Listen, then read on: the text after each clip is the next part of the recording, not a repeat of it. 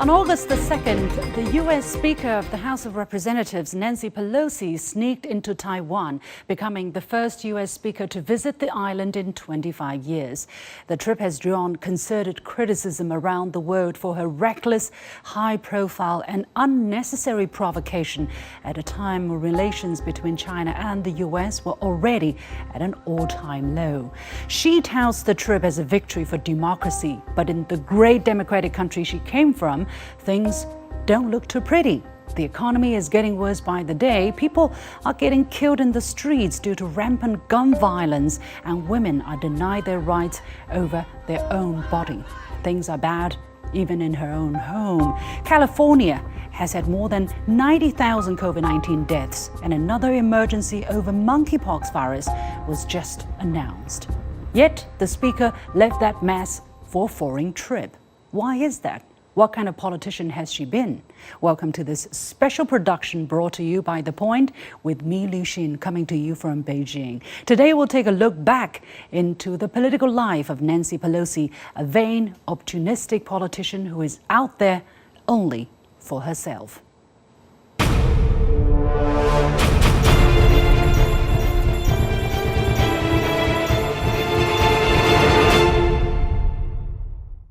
Nancy Pelosi was born into a family of Italian immigrants. She was the only daughter and the youngest of 7 children.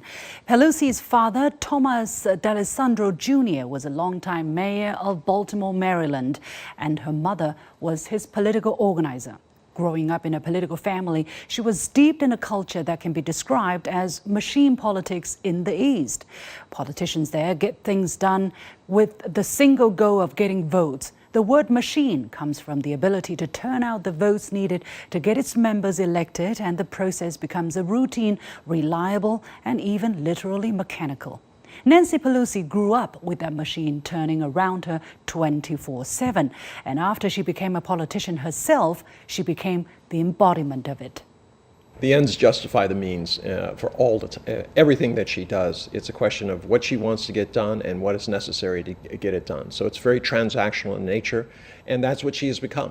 Nancy Pelosi has a reputation, since 1989, if not earlier, has been very, very critical, very, very harsh on China. She made her career when she was a congresswoman from San Francisco by criticizing China, attacking China. Secondly, there are some interest groups certainly back up here. This could be a military-industrial compound in the United States. They want to enhance the military tensions and actually can sell weapons. One outcome of this culture of transactional politics is that Nancy Pelosi knows how to use power as a weapon to get what she wants through hypocrisy or multi-standards. Truth doesn't really matter. It's how you frame the story the way you want it, even by lying, and still to be able to get away with it. She always prides herself on being a champion of human rights, but turned a blind eye when the U.S. was exposed to have been using torture while interrogating terrorism suspects. Waterboarding is a technique to use a wet cloth to cover the face and breathing passages of a captive, causing the person to experience the sensation of drowning. One prisoner by the name of Abu Zubaydah told the world he was put through the barbaric torture 83 times in 1 month alone in August 2002. Records show that 1 year after 9/11 terrorist attacks, the CIA briefed Pelosi together with other senior congressional members extensively on the matter. She was said to be one of the first members of Congress to be informed. But Pelosi repeatedly denied she knew that waterboarding was being employed, even claiming that the CIA lied to Congress. We also now know that techniques including waterboarding had already been employed, and that those briefing me in September 2002 gave me inaccurate and incomplete information. Former CIA Director Leon Panetta disputed Pelosi's account. Another senior Congress member who sat through the same briefings called her claims slack-jawing in an opinion piece on Washington Post. It was not until 2009 when she admitted for the first time that she knew by early 2003 that the CIA had subjected detainees to waterboarding. According to the New York Times, she claimed she saw little recourse to challenge the practice except by achieving Democratic control of Congress and the White House. Quite frankly, I mean, it's human values that she always liked, American values, which she equates with human rights. She's completely blind to any kind of other system. She's an American exceptionalist. That means that anything America does to maintain its power and further this idea that the world will fit in one box, that it'll be liberal, democratic capitalism for all nations on earth, that's where her moral blindness comes. On the case of Julian Assange, no records can be found that she spoke out for his human rights and freedom. She called riots in Hong Kong a beautiful sight to behold, but riots on Capitol Hill heartbreaking. Pelosi preached democracy for Hong Kong, but never uttered a word about the UK's colonial suppressions there. Nancy Pelosi has proved to the world how she is able and willing to take moral shortcuts in order to score political points, personal gains, or even convenience. She attacked former President Donald Trump for his incompetence in dealing with the COVID-19 pandemic, even calling the virus the Trump virus. But she would break social distancing rules simply to have her own hair done. But these are nothing compared to other gains she could pocket by gaming the system.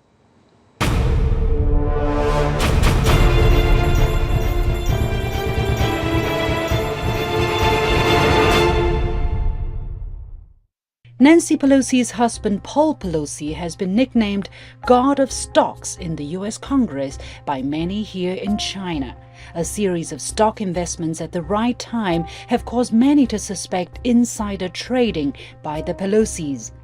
In December 2021, Paul Pelosi bought $1 million worth of Tesla stocks. A little more than a month later, President Joe Biden signed an executive order directing federal officials to transition government fleets to clean and zero-emission vehicles.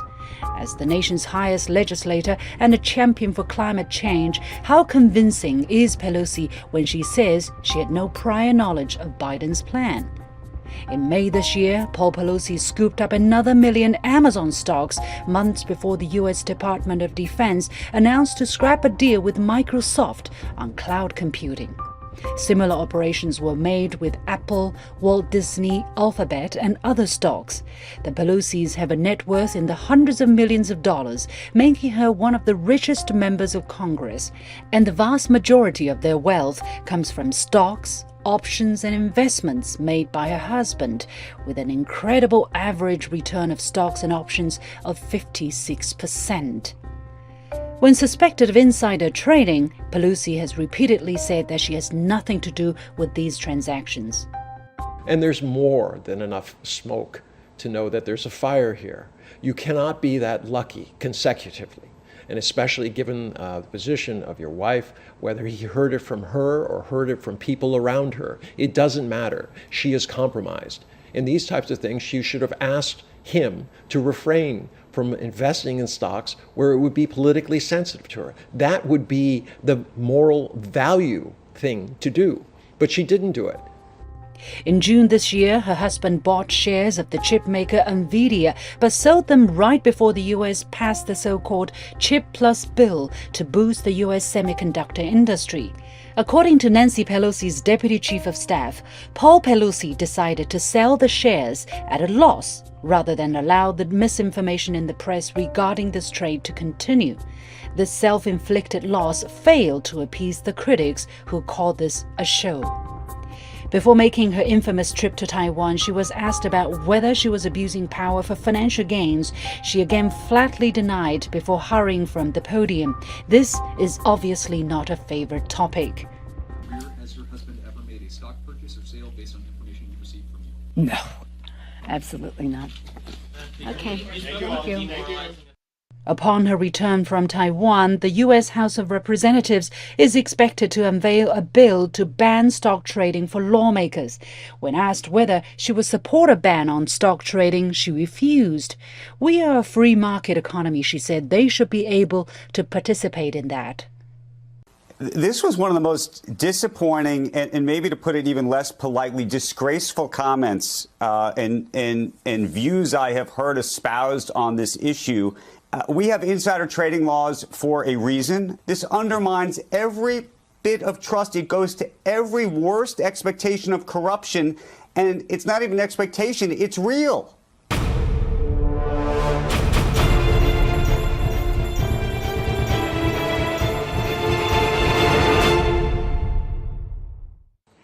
A recent poll showed that 3/4 of Americans say members of Congress should not trade stocks while serving in Congress.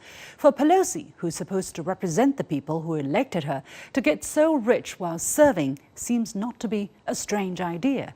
In fact, personal gains never seem a taboo for her. A lot of what she has done or said seems just about herself, other than overall interest of the people or the nation. For her, vanity comes first. In February 2020, Pelosi ripped then-President Donald Trump's State of the Union speech into pieces right after he delivered it. Even CNN, the liberal-leaning channel, called this unprecedented, aggressively rude, and unapologetically meant to rile up her base. It was divisive but effective. And this was not the only time she stole the spotlight by being theatrical. 她的性格都有那种表演性的性格，那种喜欢捕捉镁光灯的性格。这个记者 camera 如果没有对着我，我就会觉得惶惶不可终日。Another example of a penchant for political vanity is her decades-long bias on China. Former CNN Beijing bureau chief Mike Chinoy described her as someone who has a penchant for high-profile gestures designed to poke China's communist rulers in the eye, regardless of consequences. And her latest trip to Taiwan was just that. I'll be frank about it. She just wants to poke China in the eye. She is going to lose the speakership position most likely at the end of this year after the midterm elections. If I understand correctly, even if they do win, she will be stepping aside to have a next generation from the Democratic side. But anyway, the point is, I think the Democrats will not just lose; they will be hammered in the House, not in the Senate, and therefore her chance to ever come as a speaker to Taiwan. She could come as a congresswoman, as part of a CODEL, but as speaker will have evaporated. And I think that is essentially what she's trying to get at, to poke China in the eye when she can. Since the beginning of 2022, Pelosi has been contemplating a visit to Taiwan. In April, she had to cancel the trip last minute due to COVID-19. And in September, she'd be busy getting her members re-elected and elected. So before the end of this year, this was the last window of opportunity to put on this show and go down in history as the most powerful woman who visited Taiwan in defiance of China in the name of so-called democracy. It would also conveniently deviate attention from the scandals troubling her at home. By allowing Pelosi to throw her weight into this regional issue, it's like the United States throwing a 500-pound gorilla to the cross-strait issue and very clearly become an intervening factor of what the people and leadership across Taiwan Straits should decide. I would call her troublemaker-in-chief in the world, because she doesn't care about the fundamental interests of the people of Taiwan. She doesn't care about the prospect and the commitment for the reunification of the two sides of the Taiwan Strait, because after all, we are all Chinese on both sides of the Taiwan Strait. Public relations card that could be used by the United States to try to bring condemnation onto China, because China feels, and the U.S. has accepted, that Taiwan is part of China. But now they're trying to rewrite history, and Nancy Pelosi, in a combination of ego and American exceptionalism, selective values, is going along with that. After she sneaked out of the island, the people of Taiwan have spoken. A poll conducted the next day with 13,000 respondents showed over 3/4 of people have no confidence in her promise to protect the so-called democracy in Taiwan. Nancy Pelosi may be exiting from the post of House Speaker very soon. When she looks back, she will have little to claim as a political legacy. On issues which she felt strongly, such as guns and abortion rights, little progress has been made under her tenure. She did pull off the Taiwan gimmick, but that will not solve any domestic woes that plague the American people, but rather quite the opposite. But Nancy Pelosi seemed not to care about the overall interest of the American people and nation. She seems to care more about her own legacy and her own pocket. The French King Louis XV had an expression, après moi le déluge, meaning after me the deluge. It's an attitude of indifference towards whatever happens after one's gone. Pelosi truly embodies that spirit. Only her personal legacy and wealth matter, or else be damned.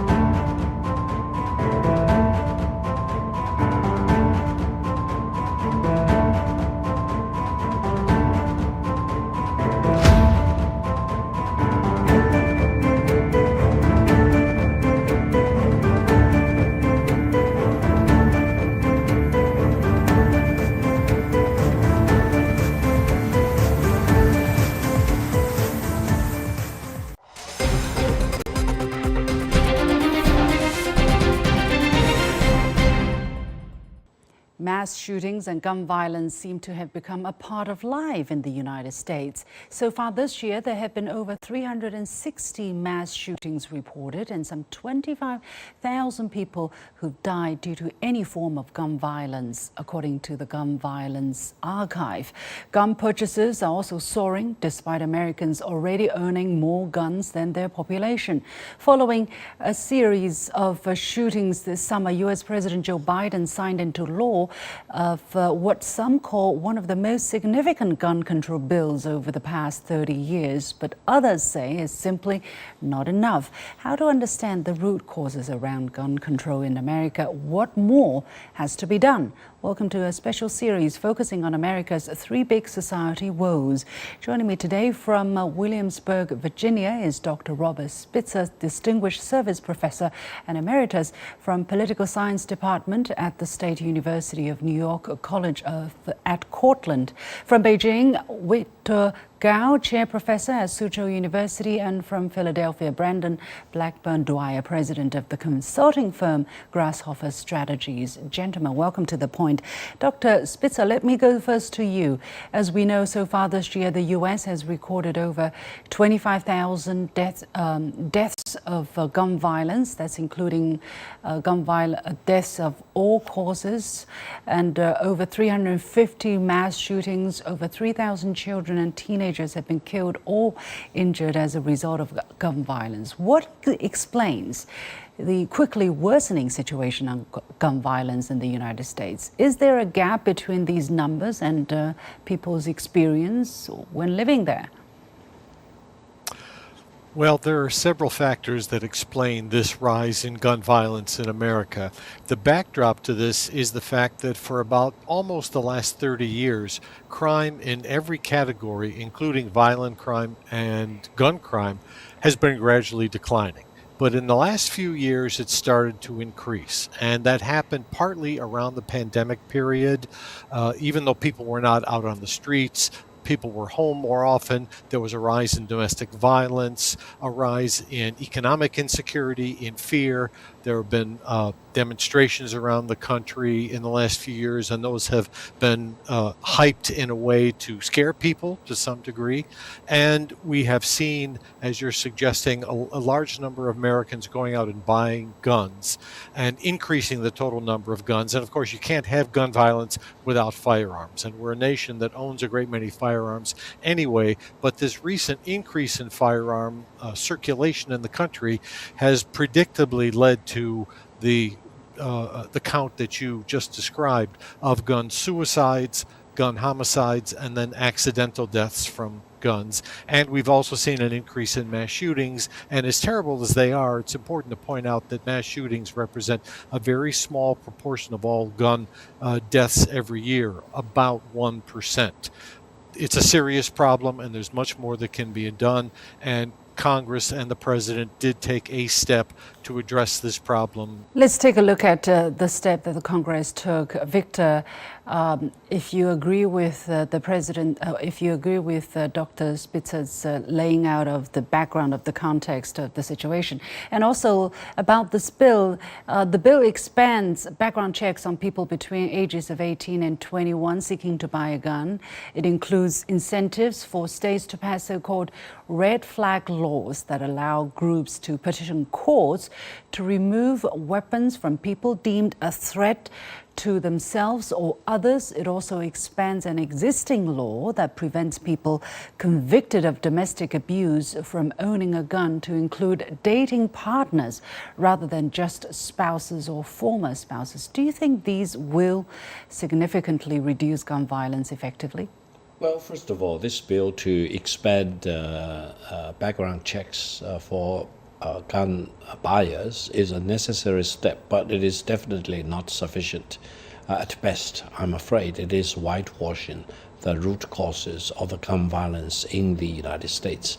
I think the United States really stands out not only among developed countries, but throughout the world in terms of the gun violence.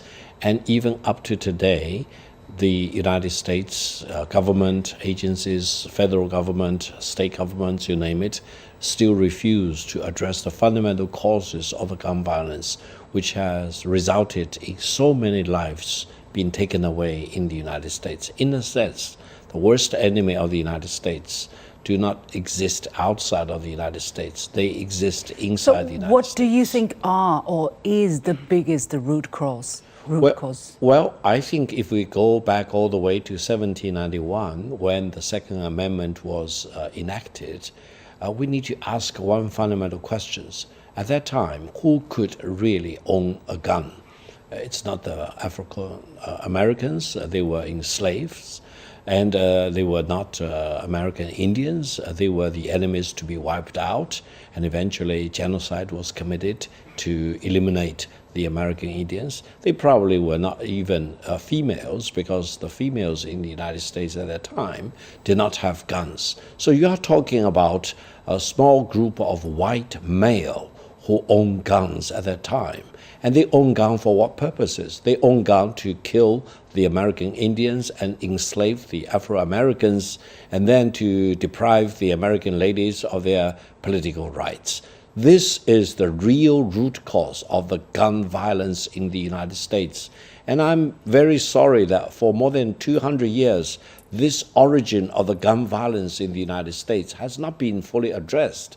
And the legacy is spreading out like wildfire, because right now, more people can own guns in the United States, and those who commit gun violence with guns, they own or they don't own, even include teenagers or even younger people. So you are talking about a country owning guns, committing violence, taking away people's lives, and you are talking about really protecting the human rights of the American people without life, or with your life to be wantonly taken away.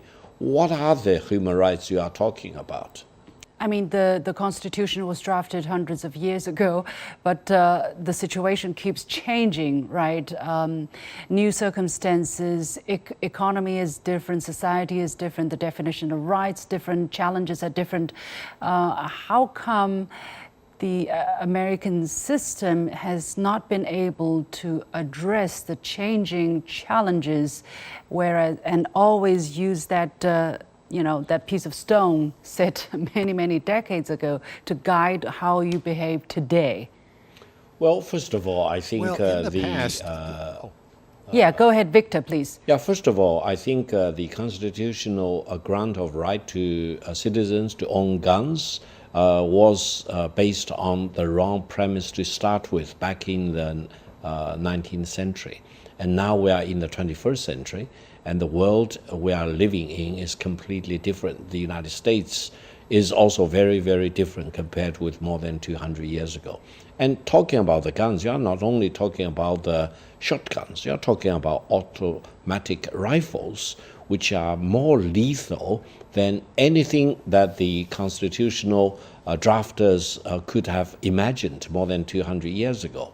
And I think there are lots of vested interests in the United States who want to protect their own provincial interests rather than to give consideration to the overall interests of the whole nation in the United States. All right. And as a result, innocent people lose their life. Yeah. Dr. Spitzer, really briefly, please, what did you wanted to add? 30 seconds, please. Well, I was just going to make the point that historically the Constitution has been adapted to changing circumstances, but there is a prevailing conservative philosophy that has a majority of the U.S. Supreme Court that argues for originalism, which to me is a bankrupt concept that says indeed that you need to look back 200 years to decide how to solve contemporary problems, and it is an utterly inadequate way to address contemporary problems. Making sense of the overwhelming wave of information means cutting through the noise to shine a light on the heart of the story and making room for new perspectives. True understanding means the ability to see events from more than one side. I'm Liu Xin, and this is The Point.